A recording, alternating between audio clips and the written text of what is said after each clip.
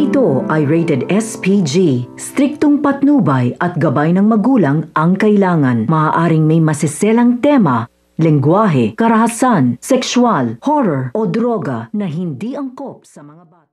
Sa madgulong lugar sa Quiapo, ang isang notorious nga ay makikilala na nga natin na si Ramon, kung saan siya nga ang nangunguna at pinakabantog sa pagdating nga sa pagnanakaw sa lugar ng Quiapo. Dito nga makukulong siya, ngunit paglipas ng mahabang panahon muli siyang magbabalik, subalit upang siya naman nga ang magtanggol nga sa mga naaapi sa mga makapangyarihan sa lugar nga nila.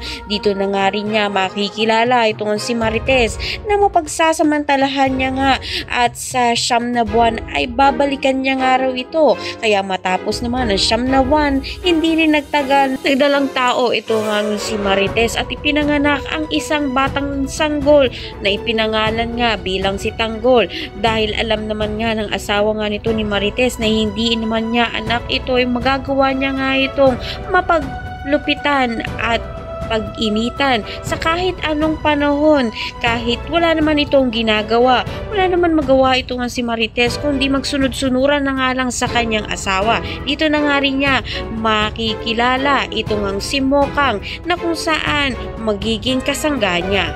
Abangan nga rin natin kung paano nga ba makikilala nga nito ni Tanggol ang kanyang magiging inspirasyon nga dito na si Mokang. At ito nga rin ang magiging kasangga nito sa laban ng buhay sa Quiapo. Ang lahat ng yan abangan natin. Maraming salamat sa iyong panonood at